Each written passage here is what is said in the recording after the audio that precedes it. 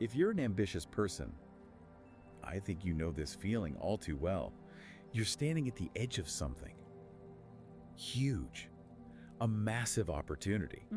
Maybe it's launching that business you've been dreaming about, or maybe it's just, having that one difficult conversation that you know you need to have. Right. The destination is crystal clear. You can see it. You can absolutely see it, but you're stuck. Your mind just keeps telling you, read one more book, or I just need to run the numbers one more time. Or I'm not in the right headspace yet. Exactly. You're waiting for this green light of confidence to flash before you do anything. And we're told that's how it works. That- You have to feel ready before you can start. But what if that's just a myth? I mean, what if that single belief is the biggest thing holding us all back? That we're confusing preparation with just procrastination? Well, that's the core reversal we're really going to dive into today. And it's a truth that's, echoed in ancient wisdom, but is also being confirmed by modern science. Okay, so what's the mission then? The mission is to give you a shortcut to clarity. And it starts with this. Confidence isn't the engine, it's the momentum you build once you're already moving. So action first. Action first. Confidence is born from that first messy, imperfect step. Okay, so let's unpack the mechanism there. We're essentially flipping the script from a feel then act model to an act then feel model. Precisely. And modern psychology completely backs this up. When you just start a task, even the smallest part of it, your brain releases these little rewards. And that reward gives you the motivation for the next step. It creates a self-reinforcing loop. Action creates confidence, which fuels more action. It's like you wouldn't wait for the ocean to become perfectly still before you decide to learn how to swim. You'd be waiting forever. The ocean, just like the market or your relationships or your inner life, is always moving. The only way to find your footing is to get in the water and, start kicking. That makes a lot of sense, practically. But here's a question. What about intention? If I just act for the sake of acting, just to get moving, couldn't I be setting myself up for a huge disaster? And that's a brilliant question. It brings us straight to the concept of karma. Okay, when I hear karma, I think fate or cosmic payback. And that's a common misconception. In its original sense, karma just means intentional action. That's it. And the insight there is, well, it's profound. Go on. The quality of your intention matters so much more than getting the outcome perfectly right. That first step, no matter how small or shaky it is, just has to be rooted in presence, in your actual values. So it's the why behind the action that counts. It's the intention to move forward skillfully. That's what matters. I really appreciate that focus on present, because I think so many of us, we demand these ideal conditions before we'll start anything important. We want the pristine, clean, perfect environment for growth. Yeah. But life is. It's never pristine. This is why so many spiritual traditions use the symbol of the lotus flower. Right, the lotus. Think about it. The lotus is this beautiful, perfect bloom. But where does it grow? It grows in muddy, stagnant water. It literally draws its life from the darkness and muck below to rise toward the light. So it doesn't just tolerate the imperfect conditions? It needs them. It's a perfect metaphor. Profound growth doesn't wait for your life to be perfect. It happens because of the imperfections. Wow. So that reframes everything. That first email, that first awkward conversation. Yeah. That's the lotus seed. And it's rooted right now in my messy, imperfect reality. Exactly. But that fear of imperfection, it can be paralyzing. For a lot of listeners, that inner critic is just deafening. And this is where mindfulness becomes your most practical, most powerful tool. The goal isn't to be fearless. That's an impossible standard. So what is it then? Mindfulness just asks you to be aware of the fear. You feel it, you notice the tightness in your chest or the thoughts racing, and you simply choose not to be ruled by it. You're creating a space. Exactly. We call it the gap. You have the trigger, that urge to procrastinate, and then you have your response. Freedom is found in that tiny gap between the two. So in that gap, you can pause. Or pause. You see the fear for what it is, just a thought, just a sensation, and then you can choose an intentional action instead of that old reflexive retreat. When you look at people who really changed the world, they all seem to operate in that gap, didn't they? They acted without a perfect blueprint. Absolutely. I mean, Steve Jobs dropped out of college because the required classes didn't align with his vision.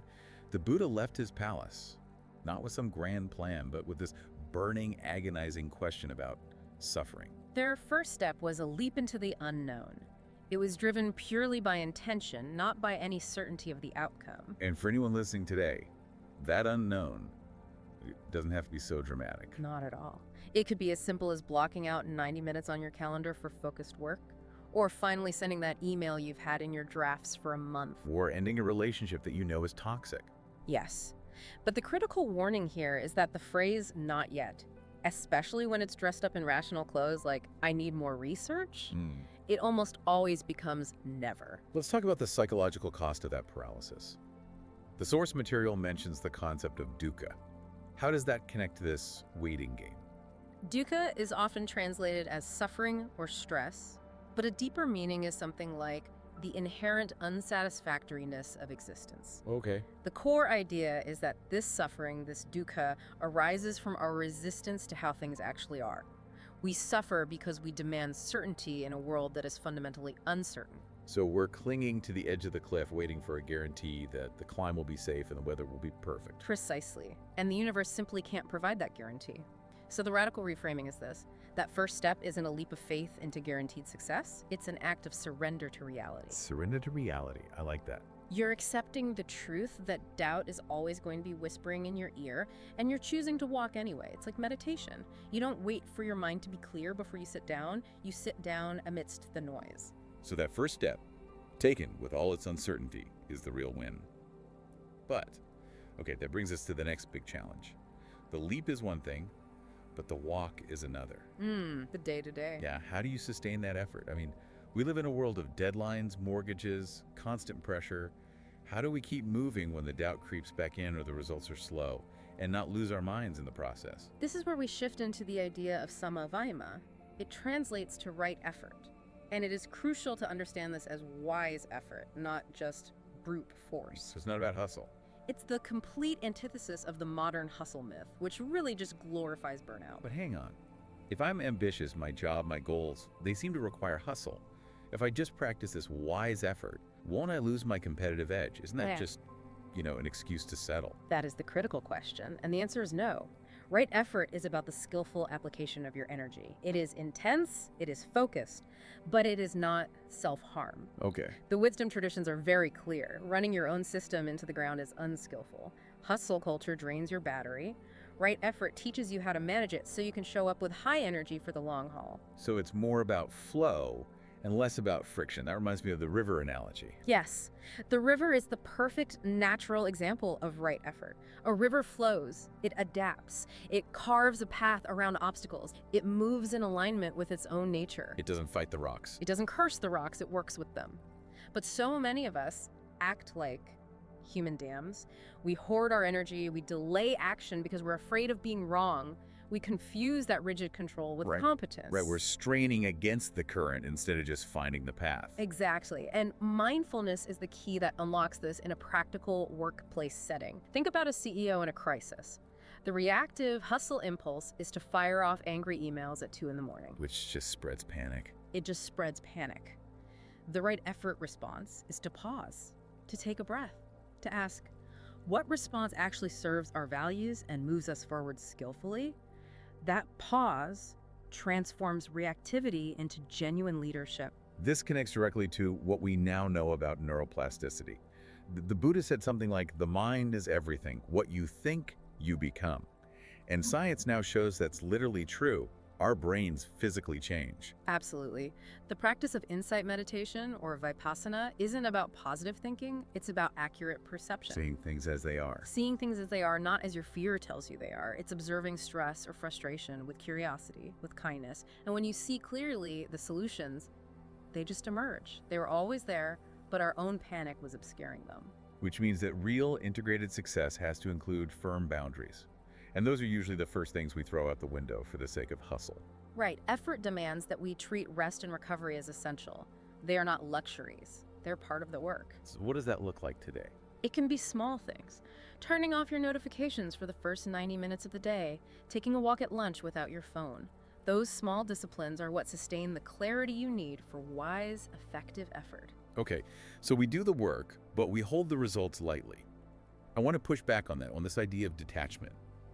If I'm all in on a huge goal, how do I detach from the outcome without becoming passive or losing my drive?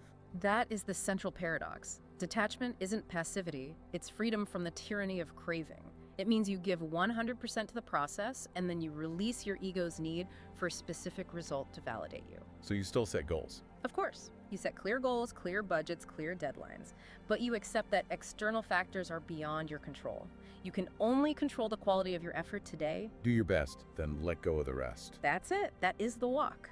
But that brings us to the final stage of this journey, doesn't it? It addresses that quiet, humming question that can linger even after all the success. The "is this all there is?" question? That quiet emptiness, it's the final revelation. That awakened success, true success, is impossible without spiritual depth, without meaning. You can't just build the outer world. If you do, you end up with this magnificent-looking building on a foundation of sand. It can't last. We need a fusion of the two. I love the tree analogy that's used here. The tree analogy is perfect. Your roots are your spiritual core, your values, your stillness, your connection to something bigger than yourself. The tree itself, the trunk, the branches, the fruit, that's your outer success, your impact. And you need both. You need both. If you only focus on roots, you never bear fruit for the world. If you only focus on branches and fruit, the first big storm will knock you over. The goal is an integrated system. Stillness informs action, and action deepens stillness. And this requires a really fundamental shift in how we see things, doesn't it? From getting to giving. It's the most radical shift of all. You move from a scarcity mindset that's always asking, how can I get what I want, to a service mindset that asks, what is life asking of me today? What can I contribute? Your whole orientation changes. Your energy moves from self-promotion to just being a channel for generosity and impact. Your inner scorecard changes from how much did I make to how genuinely did I help. And this brings us right back around to where we started, with that feeling of being stuck. You mentioned one final paradox. Yes. The paradox is this. You were never really just waiting for confidence to take that first step. You were waiting for permission to be fully human. Wow. Say more about that. Well, society demands armor, right? Be polished, be certain, always be in control. Project strength. Exactly. But the spiritual path invites you to soften, to be curious, to be tender, to be uncertain, and to act anyway. And that softness isn't weakness. That softness is the most refined kind of strength. It's like bamboo in a storm. It bends, it yields, but it doesn't break. The rigid oak tree is the one that snaps. So when we look back at that canyon metaphor, the final realization is that the canyon was an illusion. It was created by our fear, by our demand for certainty. The ground was always there beneath your feet. You were just staring at them, watching them tremble. By choosing to walk with awareness, you realize you were already on the other side. The journey was the destination. To bring it all together, awakened success is about focusing on meaning over motivation. Your meditation cushion and your work desk, they aren't enemies. They have to be allies. Ambition and compassion have to dance together. And ultimately, success isn't defined by what you achieve, but by who you become in the process. So, a final thought for everyone to take with them. What if the real work begins, not when you finally feel confident, but in the moment you realize confidence was never really the point? What if the goal wasn't to cross the canyon, but to discover you were never separate from it in the first place? That the journey itself, taking one imperfect step at a time, is everything. So take the step, not because you're ready, but because you're awake.